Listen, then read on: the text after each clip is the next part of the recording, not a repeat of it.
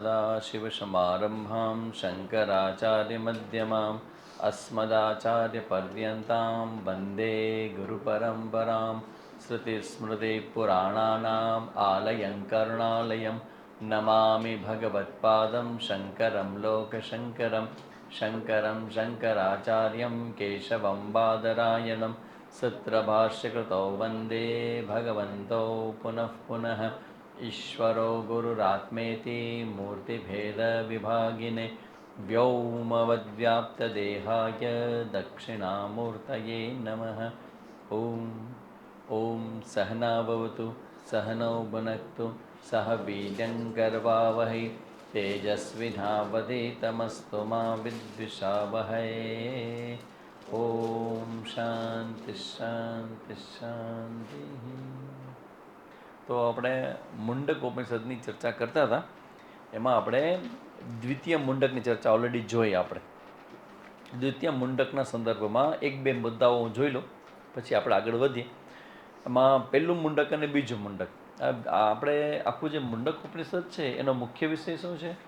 ઉપનિષદનો મુખ્ય વિષય આ મુંડકનો પરા અને અપરા વિદ્યા, બે વિદ્યા.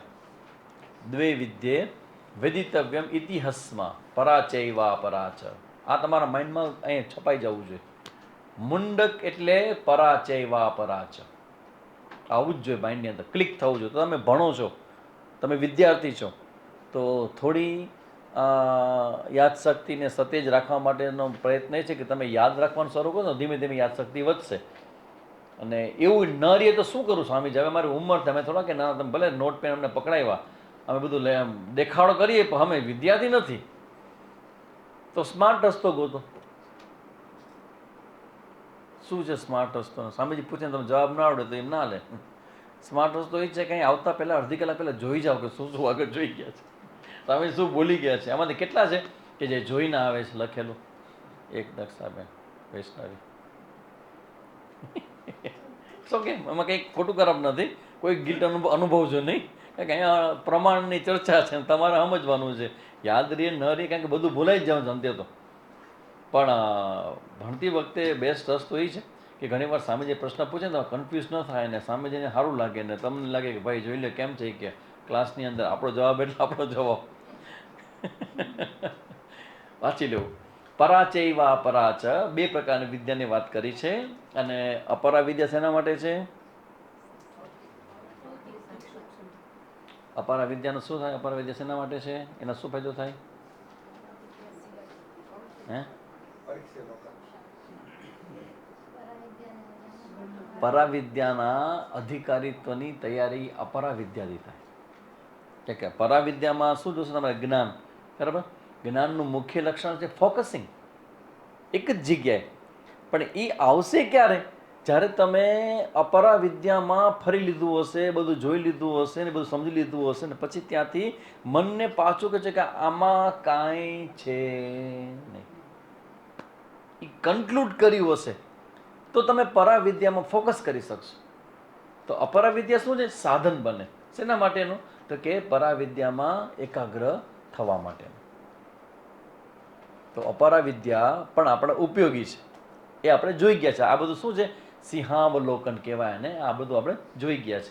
એ ફ્લોની અંદર હવે આપણે જોઈએ કે પરાવિદ્યાની અંદર જે બીજું મુંડક છે ને, બીજું મુંડક, એ બીજા મુંડકમાં પરાવિદ્યા બહુ સારી રીતે એક્સપ્લેન કરવામાં આવી છે. એક્સપાન્ડ અને એક્સપ્લેન બીજા મુંડકની અંદર. બીજા મુંડકમાં પહેલો અધ્યાય અને બીજો અધ્યાય. તો એની અંદર આજે જેને આપણે પરાવિદ્યા નામ આપીએ છીએ ને, એ પરાવિદ્યા ખૂબ સારી રીતે સમજાવવામાં આવી છે.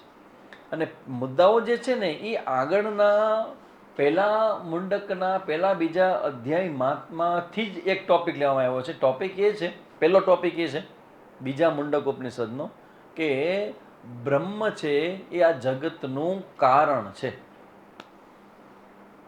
જગતનું કારણ શું? તો કે જગત સૌથી પહેલા દેખાય કે કાર્ય છે, હેપનિંગ. હેપનિંગ એટલે બનેલું છે, જગત બનેલું છે. તો જગત બનેલું છે તો પ્રશ્ન આવે કે કોણે બનાવ્યું જગત? તો કે જેને બનાવ્યું એને કહેવાય કારણ. જેમાંથી બનાવ્યું એને કહેવાય કારણ. કારણ કે કારણ બે પ્રકારના હોય. બે ક્યાં ક્યાં કારણ હોય? નિમિત્ત અને ઉપાદાન કારણ છે. તો જગતનું કારણ બ્રહ્મ છે. અને એ કારણ જગતનું કેવી રીતે છે? તો કે જેવી રીતે સોનામાંથી ઘરેણાં બને, માટીમાંથી જેમ ઘડો અને શું બને બીજું, રમકડા, દીવા, માટીમાંથી આ બધું બને, એવી રીતે આ બ્રહ્મમાંથી આ જગત બન્યું છે. એટલે જગતનું કારણ છે બ્રહ્મ. આ બીજા મુંડકમાં સમજાવેલું છે. આપણે શ્લોક વાઇઝ નહીં, એના સારાંશમાં જ જઈએ છીએ આજે. અને એ જે બ્રહ્મ જે છે, જગતનું જે કારણ છે, એનું લક્ષણ શું? તેના લક્ષણમાં એવું કહેવામાં આવે છે કે બ્રહ્મનું જે લક્ષણ છે એમાં સૌથી પહેલું લક્ષણ છે શું? લક્ષણ બ્રહ્મનું સૌથી પહેલું લક્ષણ શું છે? સત. સત ઉપર શબ્દ આવ્યો સત્તા. સત એટલે કરેક્ટ, કરેક્ટ. હવે એનું શાસ્ત્ર નામ આપવું હોય તો આ ઈ પ્રેક્ટિકલ નામ છે. ત્રણેય કાળમાં છે. સત એટલે એક્ઝિસ્ટન્સ, સત્તા. ગુજરાતીમાં શું કહેવાય એને? હોવા પણ. આ બ્રહ્મનું લક્ષણ છે. હવે પ્રશ્ન એ છે કે જો કારણમાંથી કાર્ય બન્યું હોય તો કારણના લક્ષણો કાર્યમાં દેખાય કે નહીં? દેખાય. તો એમ કે બ્રહ્મમાંથી જગત બન્યું, તો હવે એ બ્રહ્મના લક્ષણો પહેલા સમજીએ અને પછી જગતમાં ગોતીએ કે આવું કંઈ દેખાય છે કે નહીં. તો બ્રહ્મનું લક્ષણ છે સૌથી પહેલા સત, હોવાપણું, એક્ઝિસ્ટન્સ. આ હોવાપણું જે સત છે એ સતને આપણે જગતમાં જોઈએ તો જગતમાં હું તમને કહું કે ભાઈ પેલી કાર છે, પેલી કાર છે, આ પુસ્તક છે, બરાબર, આ ગ્લાસ છે, છગનલાલ મગનલાલ પટેલ ત્યાં ગયા છે. તો આમાં જે છે એ જે આવે છે, એ છેપણું જે છે ને એ આ જગતનું જે કારણ છે ને એનું આ દર્શન છે. તમે જોઈ શકો છે, બરાબર ને? હવે બ્રહ્મ પણ છે અને બ્રહ્મની સાથે એક માયા નામની શક્તિ છે કે જેમાંથી આ દેખાતું જગત બન્યું છે. આધાર તો સત છે જ, બ્રહ્મ, પણ જગતમાં ખાલી છેપણું નથી, જગતમાં નામ પણ છે અને રૂપ પણ છે. નામ, રૂપ અને છેપણું, આ ત્રણ ભેગું થાય ને ત્યારે આ જગત બને. એક નામ, એક રૂપ અને હોવાપણું. તો બ્રહ્મનું જે કોન્શિયસનેસ છે, જે હોવાપણું છે, એ આપણને છે રૂપે બધી જગ્યાએ દેખાય છે. તો આપણે એમ કહીએ કે ભાઈ સ્ટીલનું આ ઢાંકણું, ડીશ છે, બરાબર, સ્ટીલની આ ડીશ છે, બરાબર. તો હવે આ છેપણું જે છે અને નામ ને રૂપ છે એ ત્રણ અલગ અલગ છે. આ બધું ભેગું થયું છે આપણામાં. જ્યાં સુધી ભેગું થયું છે ને ત્યારે અવિવેક કામ કરે છે. અને જ્યારે વિવેક આવે ને, વિવેકનો શું મતલબ થાય? પૃથક કરને, અલગ અલગ કહીને બતાવે. તો આમાં નામ છે, આનું રૂપ છે અને આનું હોવાપણું છે, એક્ઝિસ્ટન્સ. તો હવે આ જે ત્રણ વસ્તુ છે એમાં એમ કહું કે ભાઈ આ ધારો કે તૂટી જાય, આનું છેપણું છે, આ તોડી નાખીએ આપણે તો ડીશ તૂટી ગઈ, તો છેપણું ચાલ્યું ગયું કે નહીં? ડીશ કે આ શું કહેવાય આને બીજું? ઢાંકણું. આ ઢાંકણું છે, જો છે એ મને કહો કે તમારું છેપણું છે એ નિત્ય છે કે ટેમ્પરરી છે? નિત્ય છે, હંમેશ માટે છે, બરાબર ને? તો આમાં છેપણું બ્રહ્મનું હોય સપોઝ, તો આ ઢાંકણું છે, તો જ્યારે ઢાંકણું તૂટી જાય તો છેપણું ક્યાં જાય? તો પછી વયું ગયું શું થયું? ખ્યાલ આવ્યો? જે વયું ગયું, ચાલ્યું ગયું, એને શું કહેવાય? નામ ને રૂપ. એને કહેવાય માયાવી. તો હવે ધ્યાન રાખો, દેખાતું જગત છે એ ત્રણ રૂપમાં છે, એનું હોવાપણું, એનું નામ અને એનું રૂપ. હવે હોવાપણું છે એ આમાંય દેખાય છે, સ્ટીલની ડીશમાં, ઢાંકણામાં. પણ આમાં સ્ટીલમાં દેખાતું જે હોવાપણું છે એ બદલી જશે, પણ છેપણું રહેશે. પછી કહેશે કે કટકા રહ્યા, પછી એને તમે તોડો તો ઇલેક્ટ્રોન, પ્રોટોન, મેગ્નોન એમ કરતા કરતા કરતા કરતા છે રહી જ જશે. તો અહીંયા ખબર પડે કે આ જે છેપણું જે છે કે જે બદલાતું નથી, પણ જેને તમે નામરૂપ કહો છો એ બધું બદલાય છે.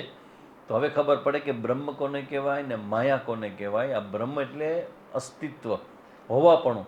અને બ્રહ્મનું અસ્તિત્વ કેવું છે? એ હંમેશ માટે છે. આ બ્રહ્મનું છેપણું છે એનો અનુભવ કરવો. આમ તો બધા આમાં દેખાય, પદાર્થોમાં દેખાય, પદાર્થોમાં તમને નામરૂપને દેખાય, બધું છેપણું દેખાય. પણ ધારો કે બધું જ નામરૂપને આખું જ હટાવી દો તો ખબર પડે કે છેપણું રહે છે કે નહીં. એ કેવી રીતે થાય? બધું હટાવી દેવું પડે. અત્યારે છેપણું છે, તમે અહીંયા છો તો તમને પહેલાં હટાવી દેવા પડે, પછી જોવું પડે કે તમારું છેપણું રહે છે કે નહીં. એ ખબર કેમ પડે કે આ બધું હટી જાય તો પણ છે? કારણ કે બીજું જે તમને અત્યારે છેપણું દેખાય છે ને બધી વસ્તુઓમાં, એ નામરૂપાત્મક વસ્તુઓ ઇન્દ્રિયોનો વિષય છે. સબ્જેક્ટ તમારો જે દેખાય છે નામરૂપ, એ તમારા ઇન્દ્રિયોથી દેખાય છે. અને બ્રહ્મનું જે હોવાપણું કે છેપણું છે એ ઇન્દ્રિયોનો વિષય નથી, એ ઇન્દ્રિયનો વિષય નથી. તો પછી બ્રહ્મનું હોવાપણું છે કે એનું અમને જ્ઞાન કેવી રીતે થાય? તો કે એના માટે તો શાસ્ત્ર છે, એના માટે તો આ બધા છે અપૌરુષેય વિષય. આપણું વેદ છે શું છે? અપૌરુષેય વિષય છે. તો બ્રહ્મનું હોવાપણું છે એ આપણા માટે ક્લિયર થાય કે અચ્છા, શાસ્ત્ર કહે છે કે બ્રહ્મ છે એટલે કે બ્રહ્મ અસ્તિ. બ્રહ્મ અસ્તિ વા નાસ્તિ? અસ્તિ. બ્રહ્મ છે. અને બ્રહ્મ છે એ એક જગ્યાએ છે કે સર્વત્ર બધી જગ્યાએ છે? તો કે બધી જગ્યાએ છે. હવે પ્રશ્ન થાય કે બ્રહ્મ છે તો હવે આ બ્રહ્મ છે એ કોઈ દિવસ કોઈનો વિષય બને નહીં. બ્રહ્મ છે એ તમે જેમ કીધું આ સ્ટીલની ડીશ છે તે નામરૂપ છે, તે તમારા ઇન્દ્રનો વિષય બને. તો બ્રહ્મ કે અસ્તિત્વ છે એ કોઈ ઓબ્જેક્ટ નથી, તે કદી પણ કોઈનો પણ વિષય આવી રીતે જેમાં સ્ટીલ બને છે એમ કદી ઓબ્જેક્ટ ન બને. તો પછી આ બ્રહ્મ છે એનું જ્ઞાન જેને થાય છે અને બ્રહ્મ, એ બેનો સંબંધ શું? કારણ કે બ્રહ્મ છે એ ક્યારેય વિષય ન બને, બરાબર? તો આ બ્રહ્મને જે જાણે છે કે આ બ્રહ્મ છે, તમે લોકો જાણો ને ત્યારે, તો જાણનાર તમે છો, એનો અને બ્રહ્મનો સંબંધ શું, રિલેશન શું? આ તો તમારા માટે દ્રશ્ય છે અને બ્રહ્મ કદી દ્રશ્ય બને નહીં, કારણ કે નામરૂપ છે નહીં. તો બ્રહ્મનો અને એને જાણનારા હું એનો સંબંધ શું? પરિસ્થિતિ હા પ્રકાશભાઈ, બ્રહ્મને જાણનારો બ્રહ્મ શું હોઈ શકે? અને શું કહેવાય? Quantum jump. શું કહેવાય એને? Quantum jump. બરાબર? કેમ કે શું કામ સામે જે બધું ટોપિક લઈને આવ્યા ત્યારે 10 દિવસથી તમારે હાલી નથી શું? એટલે ઘોઘાની જેમ જોઉં છો મારી સામે, તો મને ખબર છે કે મારે અત્યારે હું જેટલો લાંબો રજા રાખું ને એટલી જ મારે પછી મહેનત કરવી પડે. તમે જાણે મારી સામે પહેલી વખત જોતા હો ને સાંભળતો ને એમ બધા જો ટગર ટગર ટગર કેટલી બધી સામે જઈને ખબર પડી જાય છે. તમારે આમ જો તો ખબર પડે કે સારું કંઈક ગોટાળો છે કે બરાબર નથી. એટલે મને ખબર સ્ટ્રગલમાં યુ આર ઇન સ્ટ્રગલ. તો મને થાય કે હું જ્યારે એકલું ગયો બધું સામાન ઉપાડવામાં સ્ટ્રગલમાં, તમને કેમ સ્ટ્રગલમાં ન લાવું? રેલવે સ્ટેશન જવાનું મારે સામાન લેવાનું સ્ટ્રગલમાં ન હોય, આટલું બધું સામાન કેમ એકલો લઈને જવાનું મારે? તમને ખબર પડે કે સ્ટ્રગલ કોને કહેવાય. જુઓ, બ્રહ્મ અસ્તિ એ તમે સમજ્યા, નામરૂપ સમજ્યા. હવે આખું જે આ સમજાવવા જેના માટે આવે છે ને એ અહીંયા છે કે આ બ્રહ્મ અને મારો સંબંધ શું? આ જગત અને બ્રહ્મ સંબંધ સમજાઈ ગયું. જગત માયાવી છે, નામરૂપાત્મક છે ને જગતનું અસ્તિત્વ બ્રહ્મ ઉપર છે, એટલે બ્રહ્મ અસ્તિ એ સમજાઈ ગયું. પણ બ્રહ્મ અને મારો સંબંધ શું? તો કે હવે આપણા ઉપર આપણે આવીએ કે હું કોણ છું?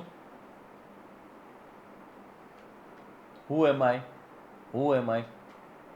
કાલે ભાગ્યેશભાઈ કહેતા હતા કે એક ભાઈ એક વૈજ્ઞાનિક ગોઈતા કરે એટલે ધૂની હોય એના વિચારોમાં એ કોઈ આજુબાજુનો કાઉન્ટિંગ ન કરે કે બીજો મારા પર શું વિચારશે. હું એમ આઈ ગોઈ પોતાની જાતને આમાં લસડાઈ ખાય કે હું કોણ છું, હું કોણ છું, હું કોણ.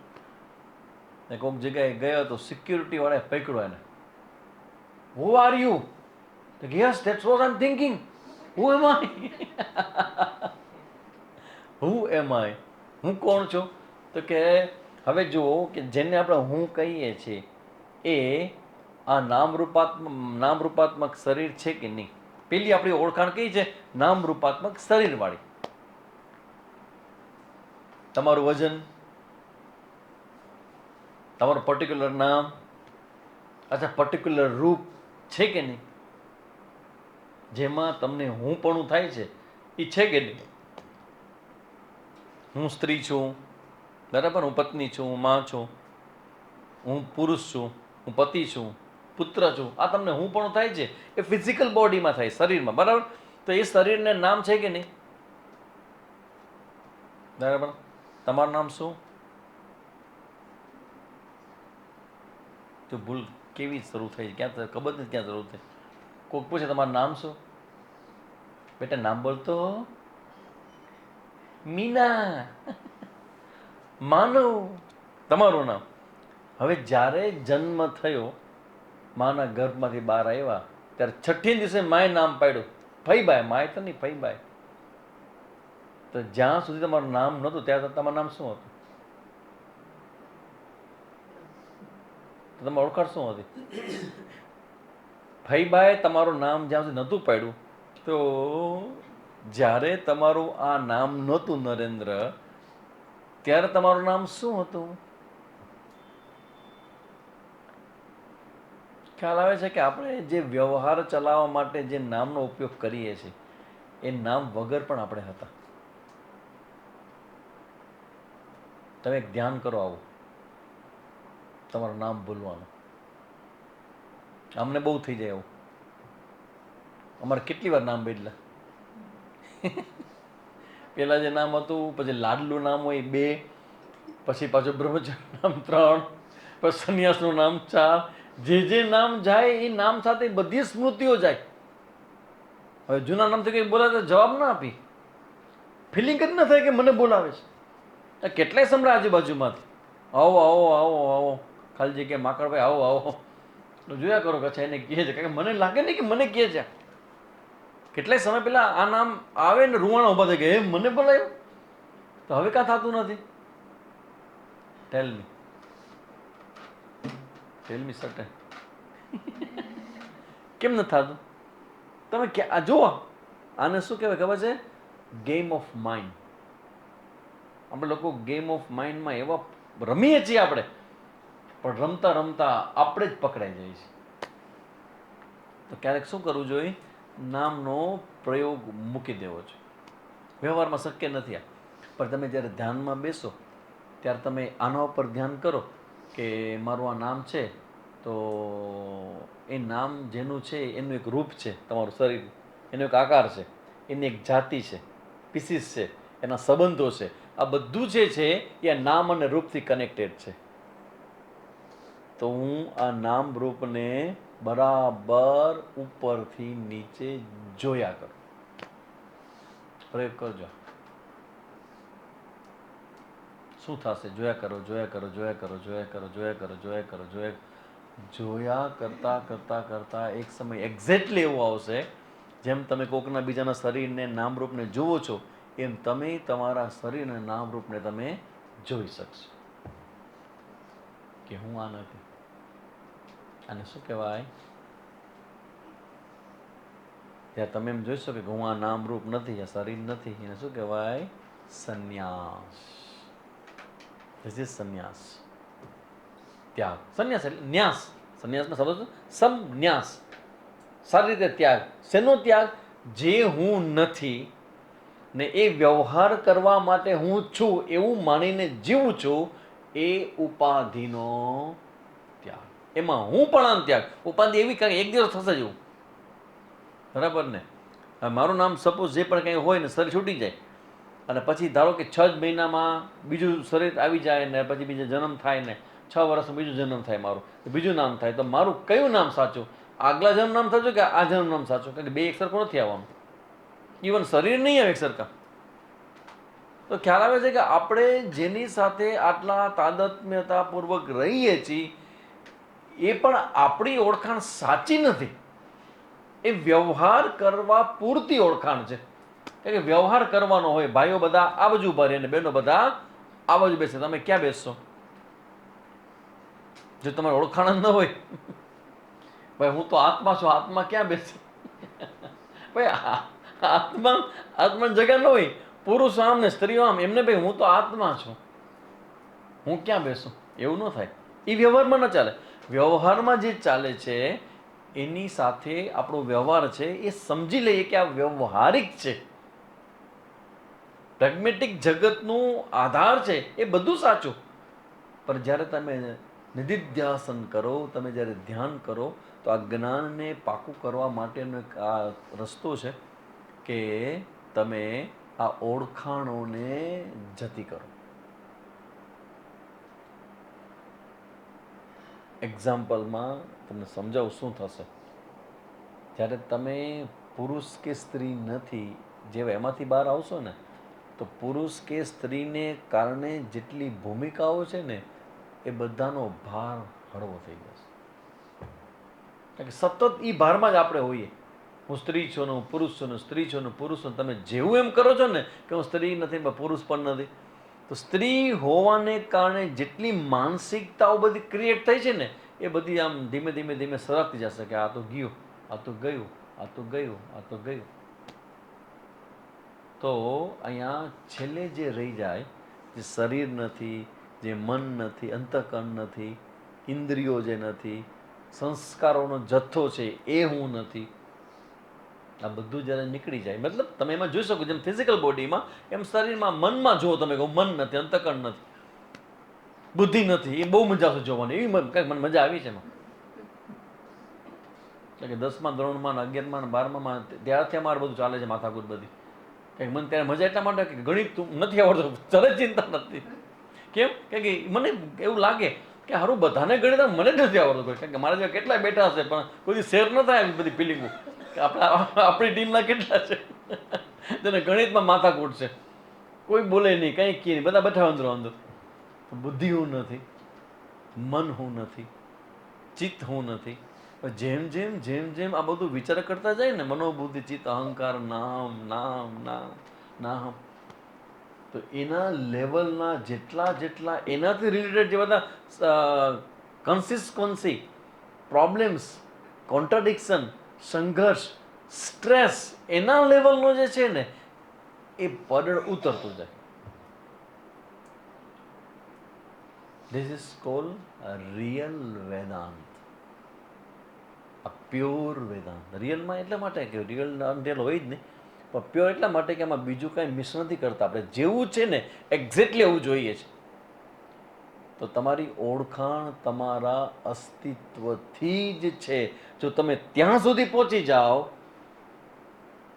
તો હું કહીશ મારી ભાષામાં જીતી ગયા. તમે ક્યાં સુધી પહોંચો? તમારા અસ્તિત્વ સુધી. પણ તમે અત્યારે છું, તમારું અસ્તિત્વનું જે આઈડેન્ટિફિકેશન છે એ તમારા શરીરથી છે, એ નહીં. જે બદલી જાય ને એ નહીં. કારણ કે એક કોનો પાર્ટ છે બદલી જાય? માયા. અસ્થિ ભાતિ પ્રિયમ નામ રૂપમ ચૈત્યંસ પંચકમ આદ્યત્રયમ બ્રહ્મ રૂપમ નામ રૂપમ તતોદ્વયમ. આ શ્લોક ક્યાંનો છે તમે કોઈ યાદ નહીં હોય. આ શ્લોક છે દ્રગદર્શ વિવેકનો. અસ્થિ ભાતિ પ્રિયમ રૂપમ નામ ચૈત્યંસ પંચકમ આદ્યત્રયમ બ્રહ્મ રૂપમ જગત રૂપમ તતોદ્વયમ. દ્રગદર્શ વિવેકમાં આવે. એમાં આવે કે તમારા આ જે 5 છે એમાંથી અસ્થિ ભાતિ પ્રિય તમારું સ્વરૂપ છે અને નામ ને રૂપ છે ને એ માયાનું છે. તો આપણી ઓળખાણ માયા સાથેની વ્યવહારમાં અને વાસ્તવમાં તમારી ઓળખાણ શું છે? આ માયાનું જે નામ રૂપ છે, એને જે પ્રકાશે છે, એને જે જાણે છે, એને જે જોવે છે, એ મારું સાચું સ્વરૂપ છે. તો હવે તમારી ઓળખાણ પ્લીઝ મને આપો. નોટ માયા, માયાવીની. એના સિવાય તમારી ઓળખાણમાં શું? Say about your self. કેવું છે મન તમારું? બરાબર છે કે બરાબર નથી? તમે બરાબર છો કે નહીં? તમારા ઓળખાણ આપો છે મને. તમારું વજન કેટલું, તમારો જન્મ તારીખ કયો, આધાર કાર્ડવાળી તારીખ કયો, હે? What is your identity? હે? મનમાં ઘણું બધું આવે. જ્યારે તમે મનને જોયા કરો, મનને જોયા કરો, મનને, આજે 3 ગુણ છે ને, સત્વ રજસ તમસ, એ આખું માઇન્ડ છે. એટલે મનમાં આવે વિચાર, મનમાં આવે લાગણી, બરાબર? પછી સુખ આવે, ક્યાં આવે? મનમાં. દુઃખ ક્યાં આવે? મનમાં. આ બધું જે છે આવજા આવજા કરનારો. તો આ પ્રભાવિત તત્વ જે છે મન, એ જો હું નથી, તો પછી આ બધું જ હું નથી. મનને થાય છે ચોક્કસ. પેઇન કોને થાય? દુઃખ કોને થાય? મનને. તો તમે જ્યારે એમ જોઈ શકતા હો કે પેઇન જે થાય છે એ મનને થાય છે, અને હું મનને જાણનારો મનથી જુદું છું, તો શું થાય? કંઈક વિચારીને કયો મને, શું થાય? તો તાદાત્મ્ય છૂટે, પરિણાથી શું થશે? હા, એવું તમે વિચારશો એના શું થશે? બરાબર, કરેક્ટ. હવે આગળ વધો, શું થશે એનાથી? પેઇનમાંથી છૂટવાનું નામ છે મોક્ષ. આજે પેઇનની વાત કેમ કે પેઇનમાં છૂટા થઈ જશો તમે. ખ્યાલ આવે છે? સ્ટ્રેસ મેનેજમેન્ટ ખ્યાલ આવે છે કે ગુસ્સામાંથી કેમ બહાર આવાય? આઈડિયો આવે છે આના બધી? લિંક બેસે છે અંદર? ગુસ્સાનો મતલબ છે પેઇન, અને એ મન જ હું નથી, તો શું કહેવાય? It's okay. શું કહેવાય? So what? એને મારું અપમાન કર્યું, બરાબર? મને દુઃખ થાય એવું કર્યું, તો શું કહેશું? So what? એ સામે જે આપણે કોકને આપતા ને તો કહી શકીએ. કોક આપણને આપે ત્યારે ન કહેવાય સો વોટ. ત્યારે તો હાથમાં દંડો જ આવે કે અત્યારે બધું સત્સંગ પછી કે ક્લાસ વખતે અત્યારે મને મારી લેવા જોઈએ.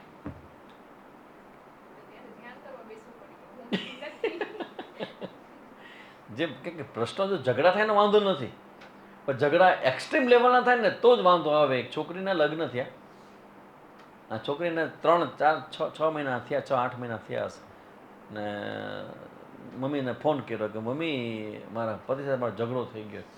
આ મમ્મી કે થાય, હવે એમાં શું છે ગાંડી, તો થતો જોઈએ કે એ બધાનો ઘરની કહાની છે કે તને મેં પહેલાં કીધું નહોતું, પણ બધું નોર્મલ છે, તો થાય કે બધું થઈ જાય સરખું.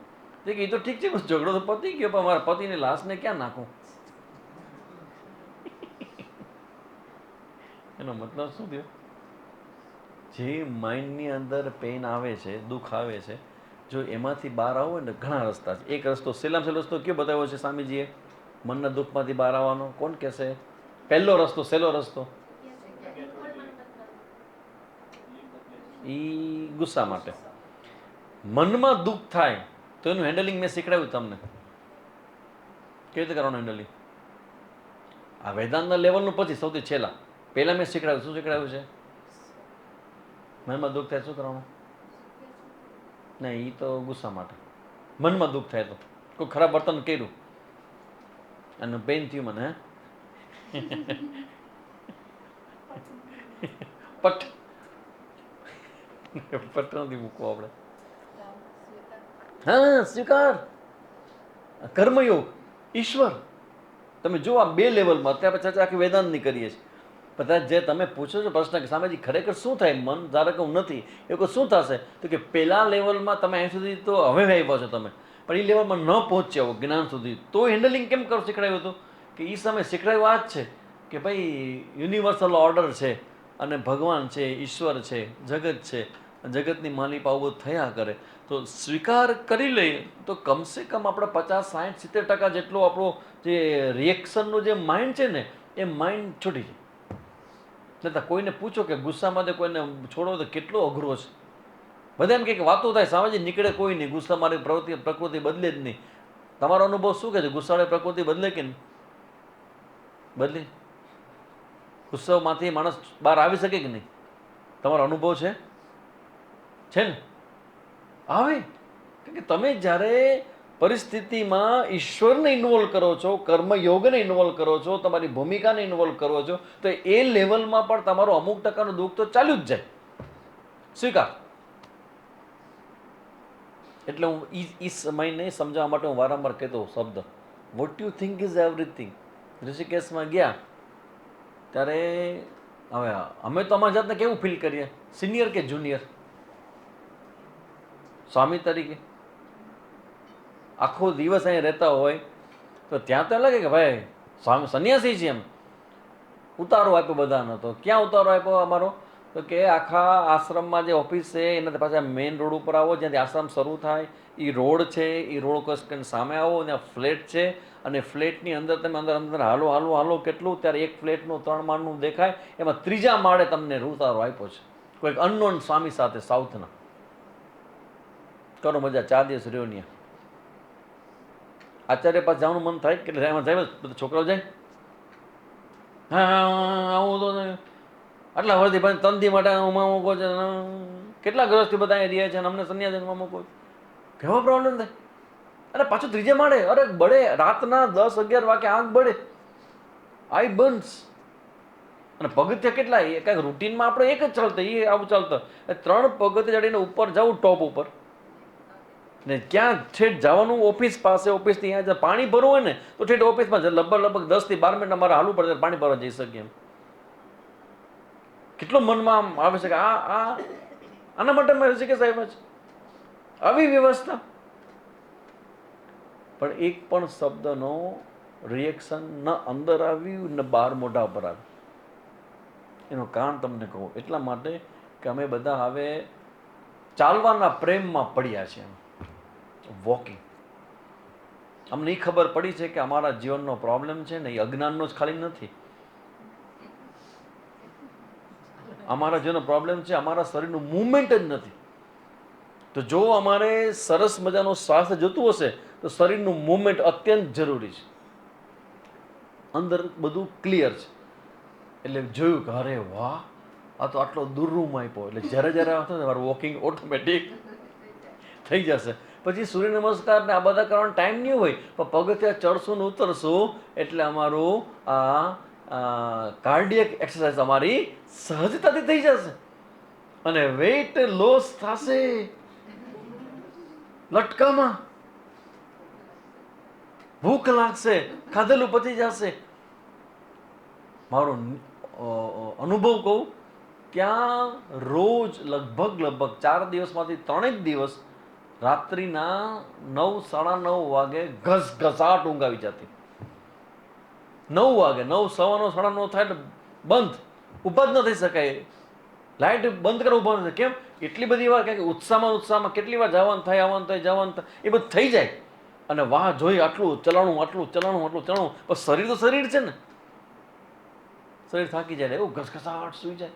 અને એક સરખી નીંદર એવી મસ્ત, જેવા ઉઠો એટલે કારણ કે 4:30-5 વાગે ઊંઘ ઉઠી જાય. ઋષિકેશમાં ચારે તો પહાડો છે, એની વચ્ચે આશ્રમ છે, ત્યાં કોર્સ ચાલે છે અત્યારે. તો સવારના પોરમાં ઓલા બધા સ્તોત્રો ચાલતા હોય ને, પંખીનો કિલકિલાટ ને, વાતાવરણમાં ફ્રેશનેસ હોય ને, ગંગાનો ખડખડ વહેતો પ્રવાહ જતો હોય ને, એવી પવિત્રતા હોય. 4:30-5 વાગે તો આંખ ખુલી જાય, 9 વાગે સૂતા હોય, એવા ફ્રેશ થઈ જાય. તો જુઓ, કાં કમ્પ્લેન કરો અને કાં સ્વીકાર કરો. અને આપણો પ્રોબ્લેમ શું છે ખબર છે? કે સ્વીકાર કરવાનું ગમે ખરા, પણ તમારો પ્રશ્ન હું શું કામ સ્વીકાર કરું? Why should I accept? ભૂલ છે, ખોટું છે, મને દુઃખ થયું છે, એ એક્સપ્રેસ શું કામ ન કરું? એક્સપ્રેસ કરો એનો વાંધો નથી, પણ તમે એમ કહો છો કે હું શું કામ સ્વીકાર કરું? હું આટલા વર્ષ શીખડાવું, સમજાવું છું કે સ્વીકાર કરવાના આટલા ફાયદા છે. અને સ્વીકાર ન કરવાથી આટલા પ્રોબ્લેમ્સ છે. તો નક્કી કરો કે પ્રોબ્લેમને જોઈએ છે કે શાંતિ જોઈએ છે. તો જો વિઝન બદલી ગયો, કમ્પ્લેન ચાલી ગઈ ને સ્વીકાર થઈ ગયો. સ્વીકારમાં પાછો આનંદ, વાહ બહુ સારું, મસ્ત રૂમ તમે મને આપ્યો, એ મારે આમ જોવે કે તમને ત્રીજે માળે આમાં મોકલો રૂમમાં, તોય હો બહુ સરસ, થેન્ક યુ. 10,000 સ્ટેપ રોજના મારા થઈ જાય, 10,000 સ્ટેપ પર ડે.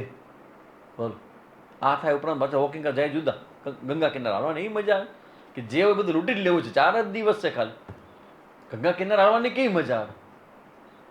જેવા આશ્રમમાંથી જરાક રોડ ઉપર જાય ને તો ગંગા મૈયાની શીતળતાનો અનુભવ એવો થાય કે પાણી ન અડે છતાં તમને ઠંડુ ઠંડુ લાગે. તો એ બધાને જોયું બેનિફિટ, તો ઓલો કમ્પ્લેન હોય કે સ્વીકાર. એટલે મનના લેવલ ઉપર જો આ થિંકિંગનો પહેલો પાર્ટ છે સ્વીકાર, અને એનાથી હવે જે તમે અત્યારે ભણો છો ને આ ઉપનિષદમાં, એમાં એવું આવે છે કે મન હું નથી. તો મનમાં આવતા જે વિકારો છે એ વિકારો સાથેની મારી આઈડેન્ટિટી છે ને એ ડ્રોપ થઈ જાય. તમને ખબર છે આપણું જે કલ્ચર છે ને, આપણું જે સંસ્કૃતિ, આપણું જે ધર્મ ને આપણું જે વેદનું જે જ્ઞાન છે ને, એ નાનપણથી આપણને આ તરફ, આ મોડેલ તરફ લઈ જાય છે નાનપણથી. પણ તમે ફોલો કરો તો કેવી રીતે? તમને હમણાં શીખડાયું એવું હોય, જનોઈ કોઈ બદલતા હોય ને આ લોકોને, તમે કોઈ છોકરાને ખબર જનોઈ બદલવાની વર્ષમાં એક વખત રક્ષાબંધન, હા બળે રક્ષાબંધન દિવસે, તો એમાં એવું હોય કે જનોઈ બદલતી વખતે એક માળા કરવાની આવે તમારે, વેદમાં એના મંત્રો છે. અને એ મંત્રો ક્યારે બોલવાના? જ્યારથી જનોઈ તમે, જનોઈ ક્યારે લેવાની? 10 કે 12 વર્ષની ઉંમરે, 13 વર્ષની ઉંમર, અને જનોઈ લીધી છે. અને જનોઈ બદલતી વખતે જે મંત્ર બોલવામાં આવે, હા હા,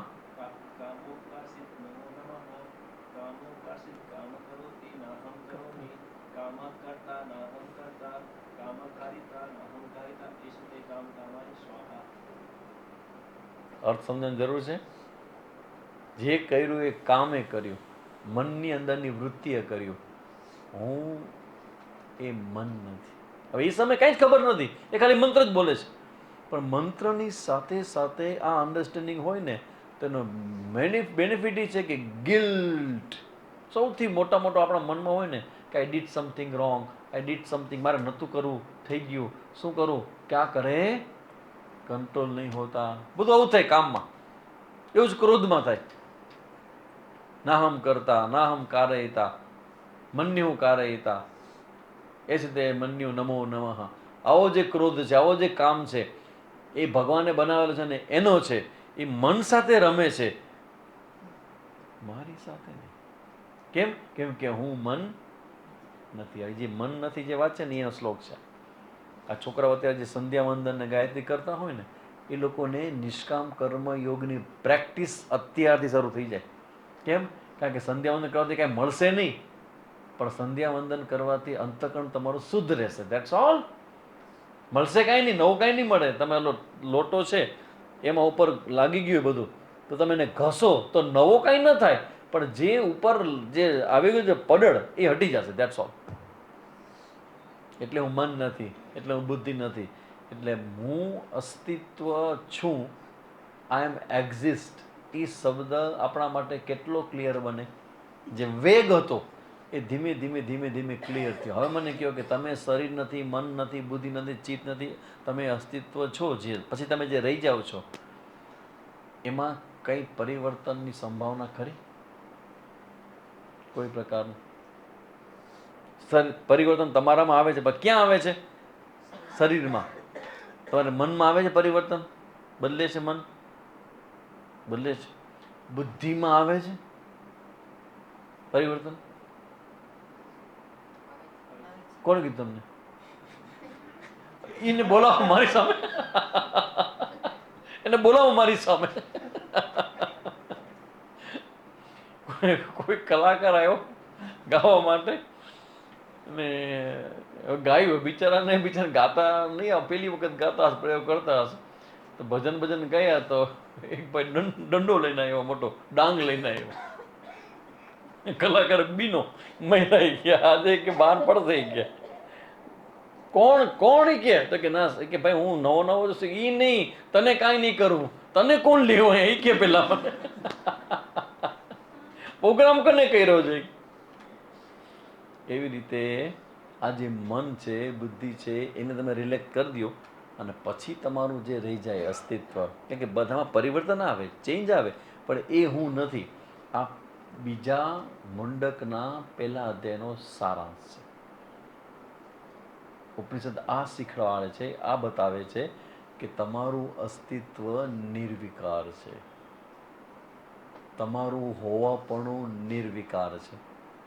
આ જન્મ અને મૃત્યુનો વિકાર છે એ તમારા શરીરનો સાચો, તમારો નહીં.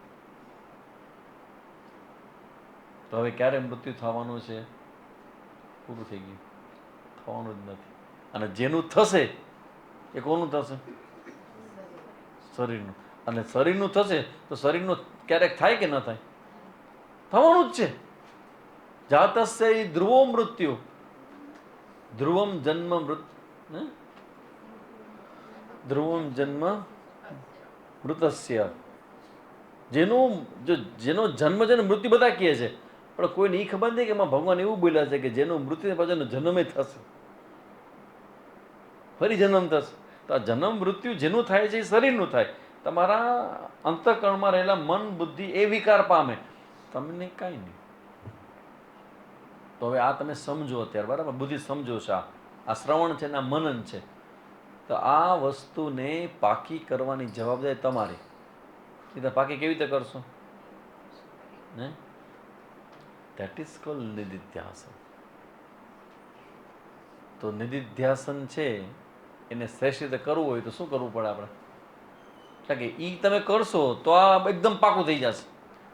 અને નિધિધ્યાસન તમારે પાકું કરવું હોય તો કેવી રીતે એમાં શું કરવું પડે?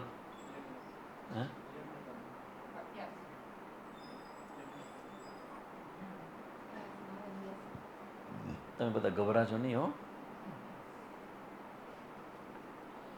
નિધિધ્યાસન કરવું હોય ને પાકું તો સંન્યાસ લેવો પડે. એક સંન્યાસ. હે સ્વામીજી, સંન્યાસ લીધો, હવે હું શું કરું? સ્વામીજી કે પરણી જા બાકી. આ કઈ ક્વેશ્ચન છે? સંન્યાસ છે એ નિધિધ્યાસન માટે જ છે. આ એકદમ એવું ઊંડું, સૂક્ષ્મ અને અંતિમ સત્ય બતાવું સંન્યાસનું. સંન્યાસ માત્ર નિધિધ્યાસન માટે જ છે, પણ એવું ન માનજો. નિધિધ્યાસન એટલે શું? નિધિધ્યાસન એટલે શું? હે? હા, કેચ કાઉન્ટ રિપીટ. હા, પછી જવાબ એકદમ સાચો છે. નિધિધ્યાસનનો મતલબ એવો ન માનજો કે આંખ બંધ કરું અને આમ કરું ને ત્યારે જ હું નિધિધ્યાસનમાં છું, એવું નહીં. જે શ્રવણ કર્યું છે એનું મનન કરો અને મનન કરેનું રિપીટ કરો. કાં તમે બેસીને કરો, ઇવન તમે બોલો છો તો બોલવાનું શું છે? નિધિધ્યાસન.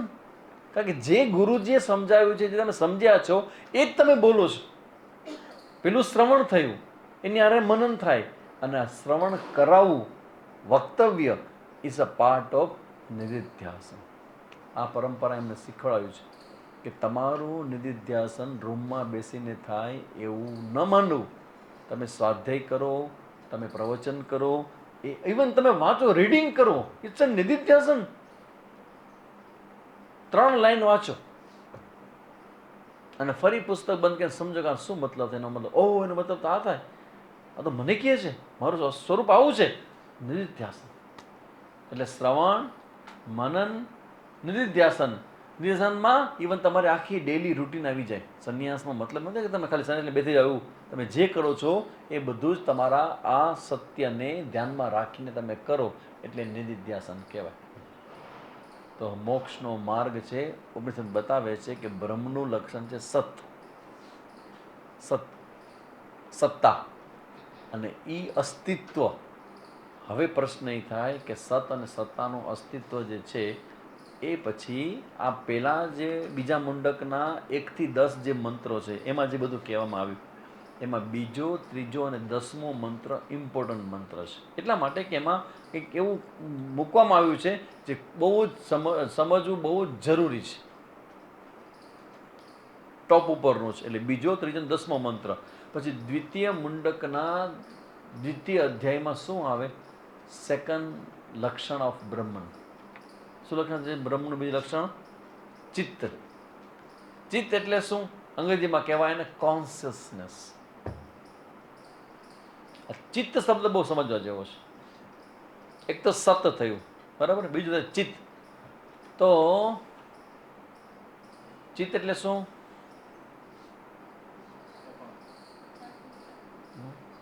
અંતઃકરણના 4 લક્ષણો બોલો તો ક્યાં ક્યાં છે?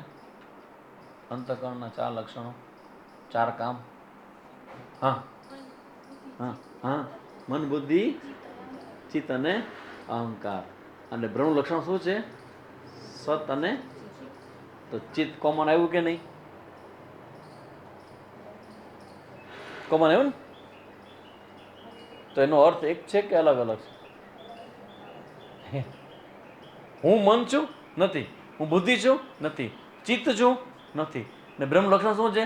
સત અને ચિત્ત. તો એક બાદ તમે કહો છો કે હું ચિત્ત નથી, અને બીજી બાજુ કહો હું ચિત્ત છું. એમ કેમ થાય?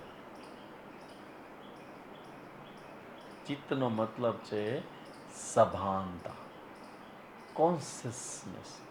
કેવી ખબર પડે? હા, હું છું એનું મને ભાન થાય છે. અચ્છા, કયા પ્રકાશથી ભાન થાય છે? તમને લોકોને ખબર પડે છે આ શું છે? ખ્યાલ આવે છે? ભાન થાય છે આનું? શું છે આ? સ્ટીલની ડીશ. કે જ ખબર પડે સ્ટીલની ડીશ છે? પ્રકાશ છે કે નહીં? કયો પ્રકાશ છે? કોનો પ્રકાશ છે? હા, પેલા બહારનો પ્રકાશ, પછી ઇન્દ્રિયોનો પ્રકાશ, પછી મનનો પ્રકાશ. ખબર પડી ને? બરાબર. તો આ તમને જેમ બહાર ખબર પડે છે કે આ સ્ટીલની ડીશ છે, એ બહારના પ્રકાશથી ખબર. પ્રકાશ ન હોય તો ખબર ન પડે. તો તમે છો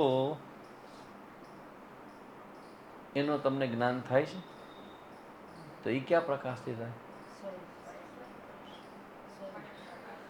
એટલે શું સ્વયં પ્રકાશ એટલે શું? હે? હા, હું થાય છે.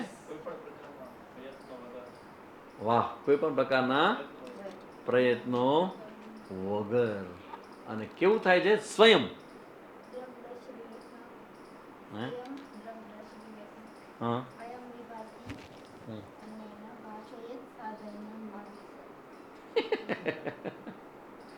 Good, very good. દ્રગ્દર્શક વિવેકમાં આ બહુ મોટો, કારણ કે મને એમ લાગ્યું કે દ્રગ્દર્શક વિવેકમાં તમે ક્યારે તૈયાર થશો, તો ફરીથી મારે પૂરું તો કરવું જ છે. ભલે અધૂરું મૂક્યું છે. સમાધિની વાત આવીને મન થયું કે હા, હું જેની પાસે બોલું છું આ બધા સમાધિની ક્યાં ચર્ચા કરું, અને બધું અટકાવી દીધું ધડાક કરતું. કારણ કે આખું જોઈ નહોતો ગયો ટેક્સ્ટ. દ્રગ્દર્શક બહુ જોરદાર, પછી ખબર પડી જોરદાર ગ્રંથ છે એકદમ. કારણ કે પ્યોર, એકદમ જેને કહે ને પ્યોર મક્ખણમાં જેને રસ હોય ને એને દ્રગ્દર્શક વિવેક. અને એવો બીજો ગ્રંથ છે પંચદશી, પ્યોર માખણ. બે બંધ કરી નાખ્યા. પણ તમે એ બે ભણો ને લાગે કે ઓહો, વોટ ઇઝ વેદાંત. તો એમાં દ્રગ્દર્શક વિવેકમાં છે આ બધું, કે તમે જે ચિત્ત છે, જે ચિત્તનો મતલબ થાય કે એવું અસ્તિત્વ કે જેને હોવાપણાનું સ્વયં ભાન થાય. તમારા સામેવાળામાં પૂછે ને કે તમે છો કે નહીં? છો. હવે આપણે જે છીએ, જે એ બોલીએ છીએ ને, એ કેવી રીતે બોલીએ છીએ ખબર છે? શરીર છે એટલે હું છું, અત્યારે મન છે એટલે હું છું. પણ આ હું છું એ એટલું બધું ઊંડાણમાં રહેલું છે કે જ્યાં તમારું શરીર ન હોય ને તો પણ એ રહી જાય હું છું. જેમ કે મન ન હોય, શરીર ન હોય, તો તમને તમારો હોવાપણાનું ભાન થાય કે ન થાય? આ સહેલું નથી મારો ક્વેશ્ચન. હજી તમને અત્યારે હું શું થાય છે ને, એ તો તમારા શરીરને કારણે તમે કહી શકતા હો, તમારા મનને કારણે કહી શકતા હો, પણ શરીર પણ ન હોય, મન પણ ન હોય, તો પણ તમે છો. કેટલું અઘરું છે. એવું ન કહેજો મરી જઈશ તો શું થશે? હું મરી જઈશ તો શું થશે? Go further. ધારો કે હું મરી જઈશ, આ ટેબ્લેટ ના ખાજો મરી જઈશું, શું થશે મરી જઈશ તો? હું નહીં રહું. બહુ નેચરલ છે, બહુ સહજ સ્વભાવ, દરેકને અંદર છે હું નહીં રહું, હું મરી જઈશ. આ જે વસ્તુ છે એના સંદર્ભમાં શરીર છે. એટલે તમે એમ કહો છો કે હું છું એ તમને ભાન થાય છે, પણ હોઈ શકે તમે શરીરના કારણે પણ કહેતા હો. અત્યારે મન છે તો હું છું, અને મન નથી તો? અત્યારે સીધો અનુભવ મન દ્વારા તમારા થાય, તમારા હોવા પણ. પણ ધારો કે મન ન હોય તો પણ તમે છો કે નહીં? કેવી રીતે ખબર પડે? મનને હટાડી દો તો ખબર પડે. ચાલો હટાવો મનને, હાલો બધું દરેક, ચાલો બધા જ લોકો, બધા જ સાધકો પોતપોતાના મનને બાજુમાં મૂકી દે.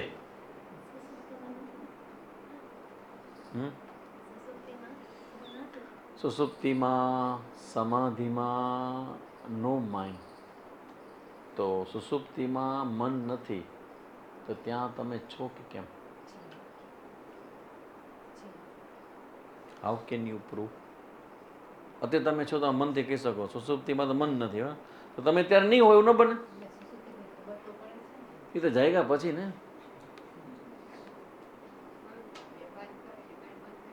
એમ મન ન રહે, એમ મન ન રહે, આપણે વહી જ જાય, ચાલી જ જાય. સુસુપ્તિમાં તમારું મન ન હોય ત્યારે તમે છો, હતા કે નહીં સાબિત કેમ કરો? હે? હજી બરાબર, કરેક્ટ. થોડોક એક સ્ટેપ આગળ જાઓ, બરાબર છે, એમાં જ આગળ. હા, ઉઠ્યા ત્યારે ખબર પડે.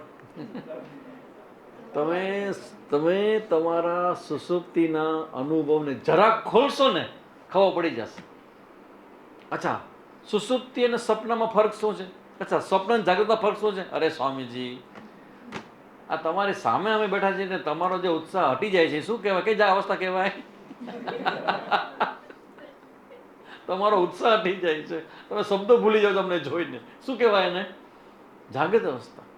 સપનામાં તો કે જાગ્રત બધું એમને એમ છે, પણ સપનોમાં બીજું જગત ચાલુ થઈ જાય. શું કહેવાય? સ્વપ્ન. અને સુસુપ્તિમાં સૂર્યભાઈ, હે, સુસુપ્તિમાં આ ફિઝિકલ વર્લ્ડ તો સપનામાં જ વયું છે. ફિઝિકલ વર્લ્ડ સપનામાં વયું છે. કઈ રીતે વયું છે? ફિઝિકલ વર્લ્ડમાં તમે રાતના ખવાય નહીં પણ તોય 3 લાડુ ખાઈને સૂતા. કોકના ઘરે ગયા હોય, હવે રાતના જ એના ઘરે ભિક્ષા રાખી હોય મારી, હવે એ બેનનું ચોખ્ખું કહું કે ભાઈ હું ખીચડીને કઢી જ ખાય. અરે એવું હોતા હશે કઈ સ્વામીજી કે? એટલે એના માટે, મારા માટે નહીં. કે તમે મારા ઘરે જમવાડો, ખીચડી તમે જમાડો, એમ ના હાલે, એમ ના હાલે. કંઈક કયો ના ભાઈ હું ખીચડીને કઢી જ ખાઈશ, એમ ના હાલે. ધીમે ધીમે વાત કરતાં કરતાં મને સમજાવી દે એ કે સ્વામીજી, એ કે જો આમાં આવું હોય ને કે પતલા સાવ સરસ બધાના ઢોસા બહુ સરસ બનાવે, એ ખાવાનું ચોખામાં જ બને, બીજું કાંઈ જ નથી. એમ હલવાઓ હલકા ફુલકા બધું મને સમજાવી દે. ઠીક છે બોલો. પછી એની હારે પછી જ્યારે ઘરે જાય ને ત્યારે જમવામાં એના ધર્મપત્ની ધર્મપત્ની એને એમ, જ્યાં આ બધા બહેનોના ઘરે જમવા જાઓ અને જ્યાં સુધી તમને સ્વીટ ન ખવડાવે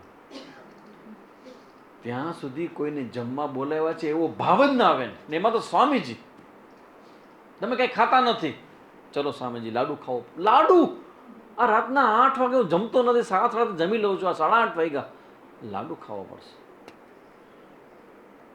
એટલે ઠીક છે, હવે અંદરથી તો બધું લાડુ ભાવતો હોય પણ સંયમ રાખ્યો કે ન ખવાય. પણ પછી એને બદલીએ કે બેનને ખોટું લાગે એટલે 1 લાડુ ખાઈએ કે 2 લાડુ ખાઈએ. અને પછી રાતના સૂઈ જાય ને સપનામાં આવે કે હું 17 દિવસથી ભૂખ્યો ઋષિકેશથી નીકળો છું. રસ્તામાં કાંઈ સંકોચ ને કારણે આજુબાજુના લોકોને ધ્યાનમાં રાખીને ખાઈ શકે નથી, જે બધું ભેગું ભેગું ઉપાડું છું વજન, ફાયદો કાંઈ જ નથી એનો. પણ જમ્યો ને 17 દિવસનો ભૂખ્યો છું. સપનું આવી શકે કે નહીં આવું? ખાધેલો લાડુ છે 2 સરસ મજાનો, છતાં સપનામાં શું આવે છે? હું ભૂખ્યો છું. તો બહારનું જગત ગયું, એનું કનેક્શન લોજિક ગયું, એનું સપનાનું જગત આવ્યું. હવે સપનાનું જગત પણ જ્યારે બંધ થઈ જાય ત્યારે કહેવાય ડીપ સ્લીપ. ડીપ સ્ટેટ અને ડીપ સ્લીપ ઇઝ ડિફરન્ટ. કેટલા જાણે ડીપ સ્ટેટ વિશે આમાંથી? કોઈને ખબર છે? કોઈ પોડકાસ્ટમાં ડીપ સ્ટેટ ટાઈમ મળે જાણજો ડીપ સ્ટેટ શું વસ્તુ છે. અમેરિકાની અંદર એક છે ડીપ સ્ટેટ, અને આખા વિશ્વમાં ઘણું બધું ઉથલ એ લોકો કરી રહ્યા છે બધા ભેગા થઈને. તો એ ડીપ સ્ટેટ કહેવાય. અને ડીપ સ્લીપ એટલે નો ડ્રીમ એટ ઓલ. તો એ કહેવાય સુસુપ્ત અવસ્થા, જ્યાં માઇન્ડ નથી, જ્યાં મન નથી ત્યાં જગ નથી, જેમ ગાઢ નિદ્રાવસ્થામાં સુસુપ્તિ એવું નામ તેને અપાય છે. મનનું જ સ્પંદન છે જગત. સપનામાં મન છે, જાગ્રતમાં મન છે, સુસુપ્તિમાં ડિસેપિયર, મન નથી, બધું ચાલ્યું ગયું. અચ્છા, શું તમે જોયું? કાંઈ નહીં. જાગ્રત નહીં, સ્વપ્ન નહીં, મેં કંઈ જોયું નહીં. તો કેવું લાગ્યું?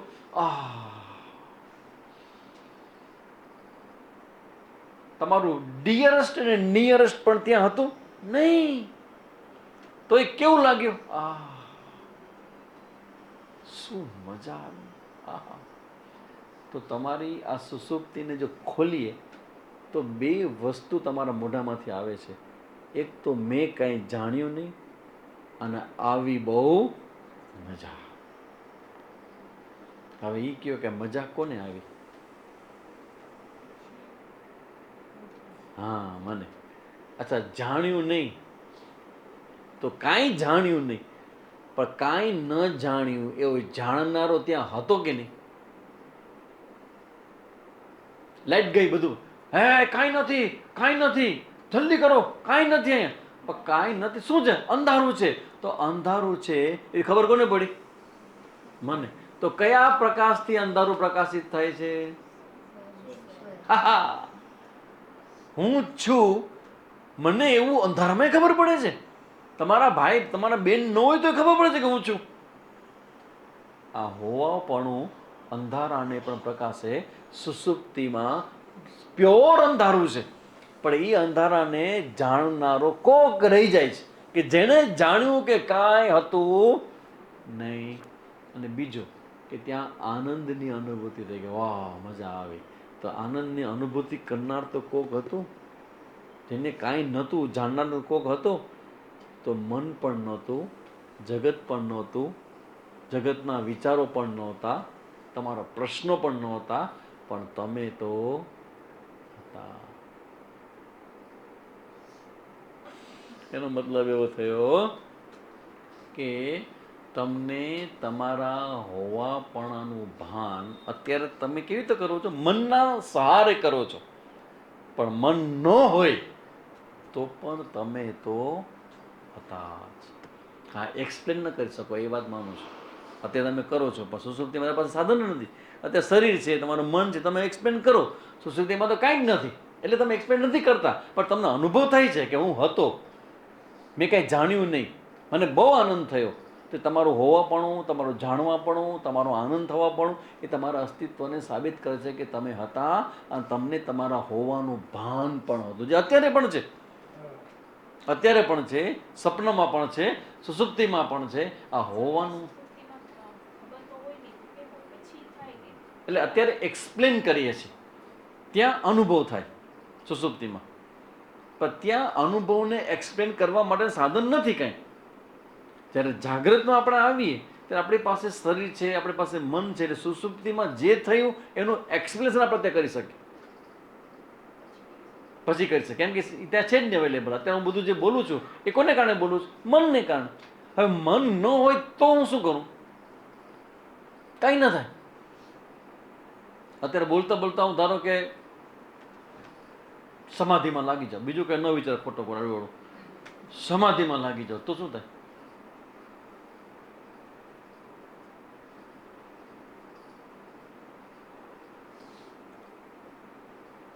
ગુરુજી ચાલ્યા સમાધિમાં. તમે આવું વિચારોમાં ગુરુજી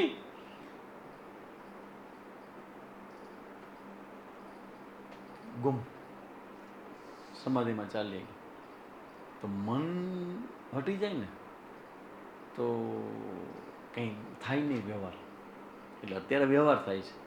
સુસુપ્તિમાં એટલે થતો નથી કે ત્યારે કંઈ રહેતું નથી.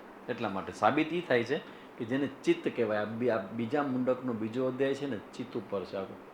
કોન્શિયસનેસ, સભાનતા, તમને હોવાપણાનો ભાવ, તમને ખબર પડે કે હું છું એ ભાવ, એ ચિત્તનું કામ છે. અને સત અને ચિત્ત એ કોના લક્ષણ છે? બ્રહ્મ.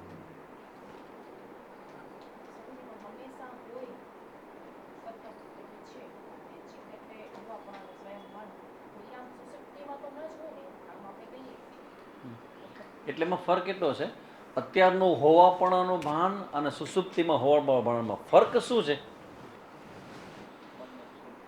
ફરક છે, સાચી વાત છે, ફરક છે. પણ શું ફરક છે ખબર છે?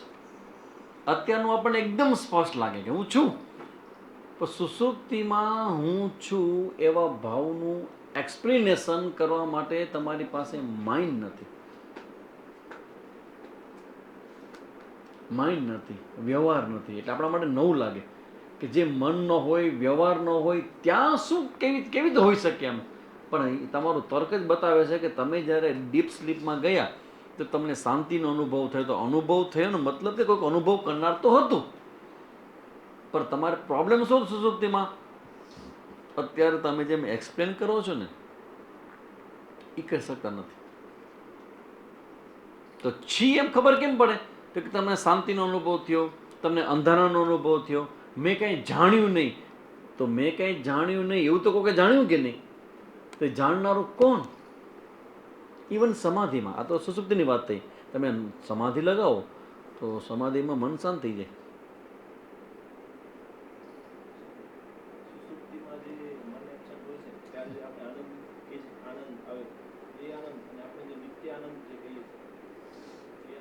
Same same same. કારણ કે અત્યારે સુસુપ્તિ સિવાયની આપણી જે સ્વપ્નની અને જાગ્રતની જે અવસ્થા છે ને, એ અવસ્થા માઇન્ડ સાથેની છે, બુદ્ધિ સાથેની છે. અને અજ્ઞાન ક્યાં રહે? બુદ્ધિમાં. તો હવે એ બુદ્ધિ જ્યારે શાંત થઈ જાય, મન જ્યારે શાંત થઈ જાય, ત્યારે સ્વરૂપનો જે આનંદ છે, નિર્વિકાર, નિર્વિશેષ, એકદમ ક્લિયર આનંદ, એ સુસુપ્તિમાં પ્રગટ થઈ જાય. જો એ આનંદ ન હોત ને સુસુપ્તિનો, તો આ બ્રહ્મ વિદ્યા શંકામાં જ રહી જાત, સાબિત ન કરી શકાત. કારણ કે તમને અનુભવ જ નથી, તમે શું સાબિત કરો?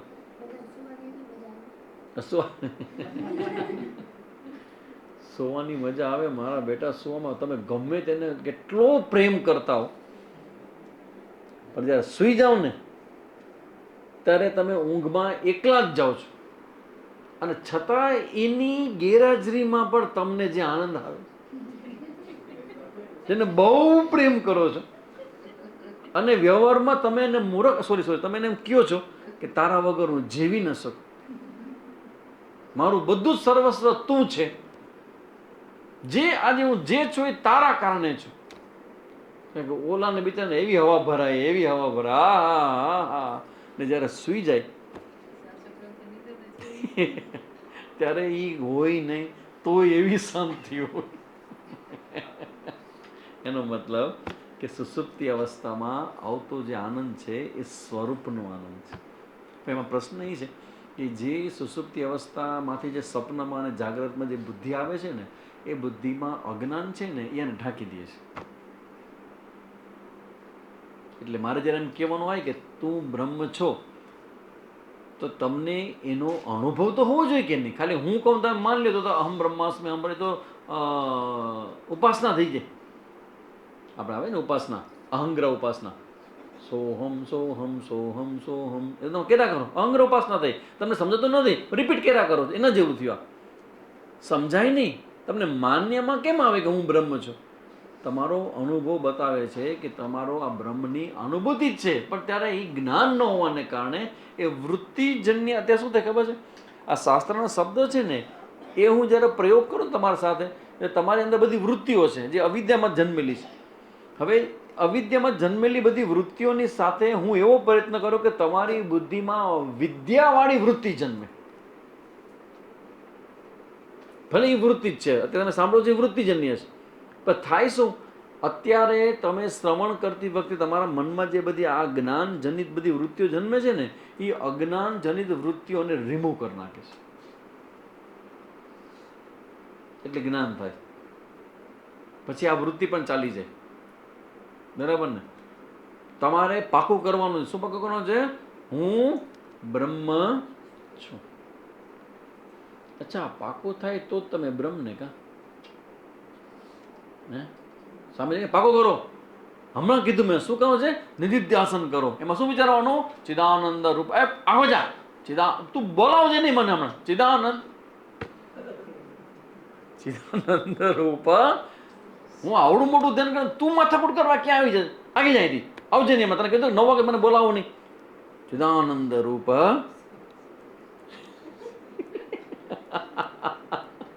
ચિદાનંદ રૂપ શિવમ શિવમમાં લાગી મહાભારત થઈ ગયું. લાકડી ઉભડી ગઈ ને ધડી બોલી ગઈ હવાના પૂરમાં. કેમ તો કે મને ડિસ્ટર્બ કરે ધ્યાનમાં, કે આમ ન ચાલે. પેલા તમે શાંતિનું ધ્યાન કરો છો ને, પણ એ બધું ઠીક છે કે આમ કરાય ને કરે ખબર ખ્યાલ ના આવે. હું ધ્યાન બેઠો છું ત્યારે ત્યાં મને પછી ચશ્મા ક્યાં છે? ચશ્મા અહીંયા સામે પડ્યા છે પણ ન દેખે ત્યારે તને પૂછે છે. એટલે ખબર ન પડે ધ્યાનમાં બેઠી છું. સામે જે કીધું ચિદાનંદ રૂપ શિવોમ શિવ. એટલે તમે જ્યારે ધ્યાન કરો ત્યારે શું થઈ જાઓ છો? બ્રહ્મ થઈ જાઓ છો. અને ધ્યાન છૂટે પછી આ એક્સેપ્ટેડ લાગે છે. આવું થાય આ કોના જેવું છે? તો સ્વામીજી અમારે પાકું કરો કે હું બ્રહ્મ છું, હું બ્રહ્મ છું, બ્રહ્મ. તો તમે જ્યારે ક્લાસ કરતા હો ત્યારે તમને શું થાય? તમે બ્રહ્મ હો એવું થાય કે તમે કોઈકને બ્રહ્મ બનાવતા એવું થાય? કોઈક મને પૂછતું નથી, આવે કોઈક પૂછે મને કે સ્વામીજી અમને તો બહુ મજા આવે સાંભળો, તમને શું થાય? કારણ કે એક બેને મને પૂછ્યું, એ લગભગ સેટિસ્ફાઈડ નથી. અમુક લોકો મને દેખાણા છે કે જે મારા જવાબથી સેટિસ્ફાઈડ નથી. એમાંનો એક આ છે, એનો ફેસ એક મને લાગ્યું કે સેટિસ્ફાઈડ થયા નથી. મારે પૂછવું પડશે હજી. मैंने कि स्वामी जी जब आप हमको ध्यान कराते हो तो आपका मन क्या करता है उस समय? आपको मेरे मन में जानने की क्यों जिज्ञासा? नहीं स्वामी जी, आप ध्यान कराते हम सब ध्यान में बैठते हैं, आप गाइडेड मेडिटेशन कराते हो, मगर आपका क्या होता है? मैं वो तो कालिया को पूछूं, आपको क्या होता है? आप ध्यान में आपका ध्यान लग जाता है कि नहीं लगता है? तो मैं બધું સમજાવ્યું તો એ સમજ્યા નહીં. वो ठीक है, मगर आपका क्या होता है?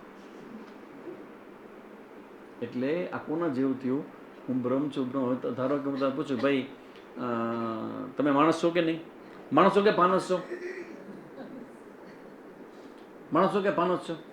તો કે માણસ છો. આ ખ્યાલ છે? હો ખ્યાલ છે. તો તમે જ્યારે આ બધું સાંભળતા હતા, પ્રવચન સાંભળતા હતા, પાકું કરતા હતા? આગળ રહેજો.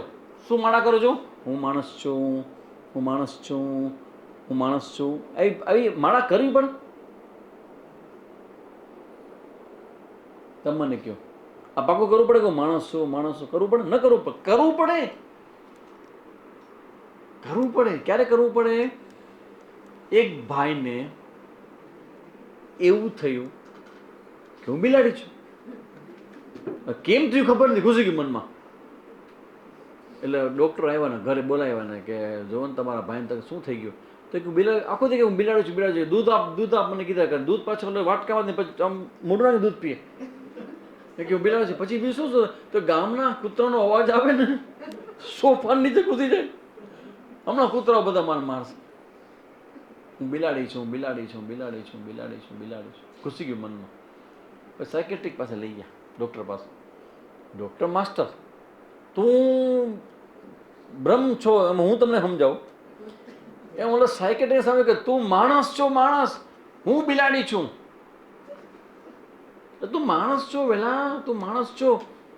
યાદ કર તારા, યાદ કર, તું યાદ કર.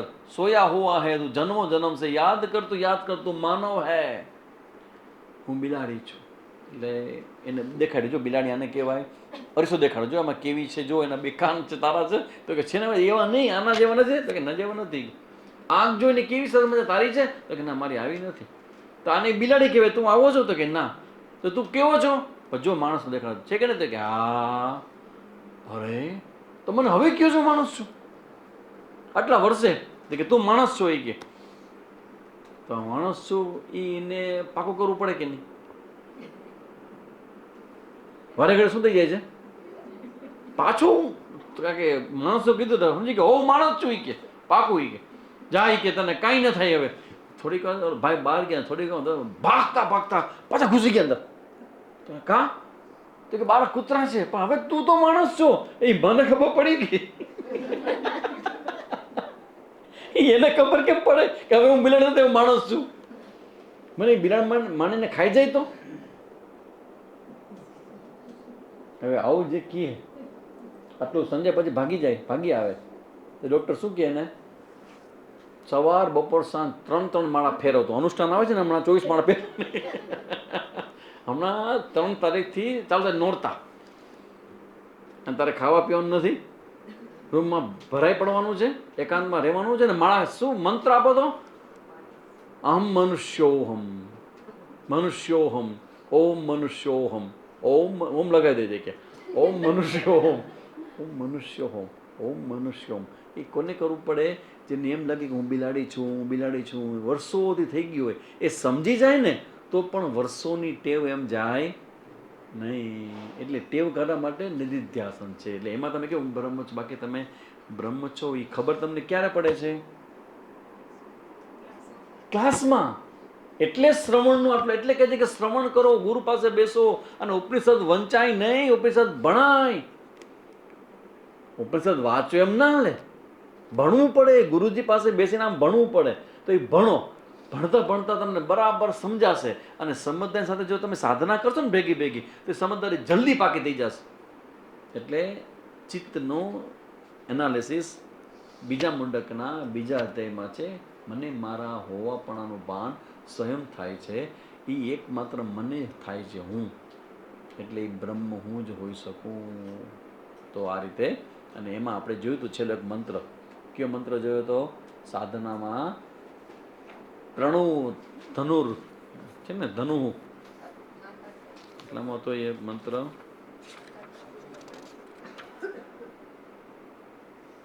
પ્રણવો ધનુ, આઈ થિંક એમાં જ છે એની ચર્ચા. હા, પ્રણવો ધનુષરો યાત્મા બ્રહ્મ તલ્લક્ષમ ઉચ્યતે અપ્રમત્તેન વેધવ્યમ સર્વતન્મયો ભવેદ. ઉપનિષદ બતાવે છે કે જો તમારે આ જે તમે સમજ્યા છો એને સુસ્પષ્ટ તમારે જોવું હોય, આપણે અનુભવ કહીએ ને, અનુભવ કરવો હોય તો શું કરવાનું છે? પ્રણવો ધનુ. અને પ્રણવનો મતલબ છે શાસ્ત્ર ચિંતન. આ ધનુષ્ય જે છે ને એ આચાર્ય દ્વારા કરવામાં આવતું શાસ્ત્ર ચિંતન છે પ્રણવ. અને જે બાણ છે એ છે જીવ, અને જીવનું લક્ષ્ય શું છે? ઈશ્વર. ઈશ્વરમાં એક થઈ જવું. તો કે પ્રણવો ધનુ, હું પણચને ખેંચો તો બાણ કેવું હોવું જોઈએ? સીધું હોવું જોઈએ, શાર્પ હોવું જોઈએ, અને લક્ષ્યથી કેન્દ્રિત હોવું જોઈએ, ફોકસિંગ વાળું હોવું જોઈએ. સીધું ધનુષ્યનો મતલબ છે તમારી પર્સનાલિટી ક્રુકડ ન ચાલે. પર્સનાલિટી કેવી હોવી જોઈએ? સ્ટ્રેટ ફોરવર્ડ, સીધી સાદી. તમે જેવું વર્તન કરો, તમે જેવું બોલો, તમે જેવું વિચારો, એ બધામાં એકત્વ, સ્ટ્રેટ ફોરવર્ડ, સરળતા, રુજુતા. રુજુતા, અર્જુનની વૃત્તિ એટલે સરળ વૃત્તિ. પછી લક્ષ્ય તરફ કેન્દ્રિત વૃત્તિ. કેટલા પુરુષાર્થ છે?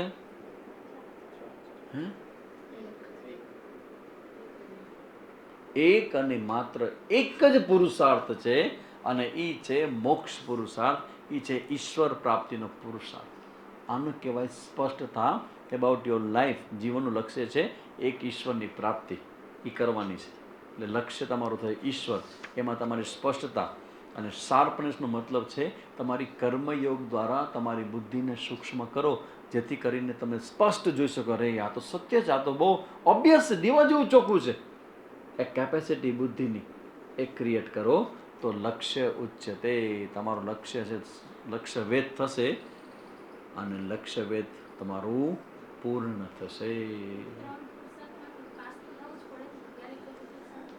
ના ના, એટલે બીજા બધા માટે 4 છે, પણ જે ચોથા પુરુષાર્થ સમજી જાય ને એને ખબર પડે કે સારું પુરુષાર્થ તો એક જ છે, ઓલા 3 તો ઠીક છે, મુખ્ય પુરુષાર્થ એક જ છે. સામાન્ય પ્રજા માટે બધા લોકો જે હરતા હોય ફરતા હોય બધાને કહેવાનું આવે કે ધર્મ કરો, તમે કંઈક સારું કામ કરો, તમે કંઈક આ કરો, અર્થ હોય તો અર્થ તમારા ધર્મની મર્યાદામાં કરો, પછી તમારું કામ હોય તો કામને પણ લિમિટમાં કરો, એવું બધું એને કહેવા માટે છે. પણ મનુષ્યનો જન્મ આપણે પૈસા કમાવા માટે કે ભોગ કરવા માટે કે પુણ્ય કમાવા માટે નથી થયો. આપણો જન્મ માત્ર ને માત્ર જ્ઞાન મેળવવા માટે થયો છે. અને એટલે કહેવાય આપણા વિચારશીલ વ્યક્તિઓ માટે, જેમ જેમ તમે વિચાર કરો ને, એક વસ્તુ તમને કહી દઉં કે વિચારશીલ વ્યક્તિઓ હોય ને, તમે છો કે નહીં ખબર કેમ પડે? તમે વિચારશીલ છો કે તમે લાગણીશીલ ખબર કેમ પડે?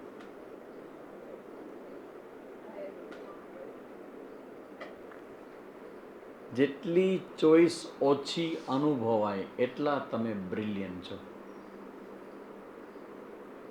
જેટલી પસંદગી અનુભવાય એટલા તમારે હજી બ્રિલિયન્ટ નથી.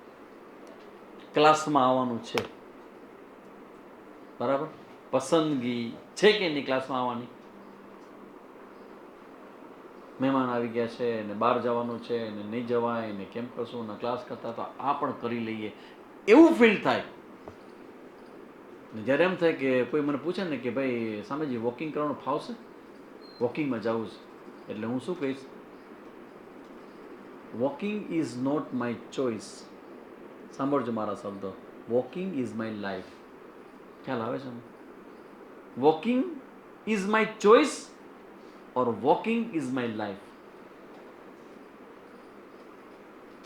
આ એક પુરુષાર્થ કહેવાનો મતલબ એવો છે, તમે બહુ ક્લિયર છો કે જન્મ ભગવાને માના ગર્ભમાંથી આપણને બહાર કાઢ્યા અને અત્યાર સુધી જીવતા રાખ્યા, એ આ એક જ વસ્તુ માટે છે. કારણ કે આ જે છે ને એ અહીંયા બાકી બધું થશે, બધું જ થશે. ધર્મ અર્થ કામ છે કોઈ પણ જન્મમાં કોઈ પણ જગ્યાએ થશે, પણ આ બધી જગ્યાએ નહીં થાય. એટલે આપણે કહીએ કે બધા જ પુરુષાર્થ અંતે એક પુરુષાર્થમાં સમાપ્ત થઈ જાય, અને એ છે મોક્ષ પુરુષાર્થ. એટલા માટે કે આપણો એ પુરુષાર્થ વધારે સ્ટ્રોંગલી એમાં થાય. બરાબર? તો આ બીજું મુંડક થયું, ને હવે આપણે ત્રીજા મુંડક કરી અને મુંડક ઉપનિષદને આ વર્ષે જ પૂરું કરશું. આ તારીખ કેટલી થઈ? 29 થઈ જશે આ વર્ષે. હા હા, 6 ના નહીં હોય ને, 12 હે બસ 13 ના આવશે ને, 3 ને 4, 4 1 71. ઓકે. ઓમ પૂર્ણમદ પૂર્ણમિદમ પૂર્ણાત પૂર્ણમદચ્યતે પૂર્ણસ્ય પૂર્ણમાદાય પૂર્ણમેવાવશિષ્યતે. ઓમ શાંતિ શાંતિ શાંતિ. હરિ ઓમ. શ્રી ગુરુભ્યો નમઃ. હરિ ઓમ.